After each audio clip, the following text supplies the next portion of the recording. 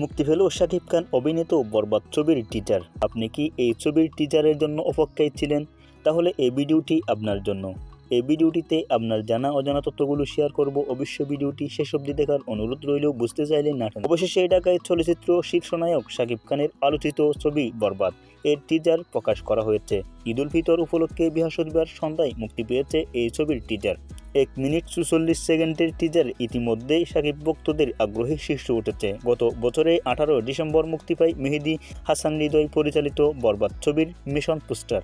ছবিটি ঈদ উল ফিতরে বাংলাদেশ সহ সারা বিশ্বে মুক্তি পাবে। বরবাদ প্রসঙ্গে শাকিব খান বলেন, এই ছবিটি আমার সব ছবিকে ছড়িয়ে যাবে। আমি একবার বলেছিলাম হলিউড বলিউডের পাশাপাশি আমাদের দেশের ছবি আন্তর্জাতিকভাবে মুক্তি পাবে। এখন বিশ্বের 7টি মহাদেশে আমাদের ছবি মুক্তি পায়। প্রিয়তমা, আমি ঝড়ে প্রেমে খুঁজি। আমি আশা করি আপনাদের দুয়ায় সবকিছু কাটিয়ে উঠবে। শাকিব খান ছাড়াও এই ছবিতে অভিনয় করেছেন ইতিকা পল, দিশু সেনগুপ্ত, মানব সচদেব, মিশা সওদাগর।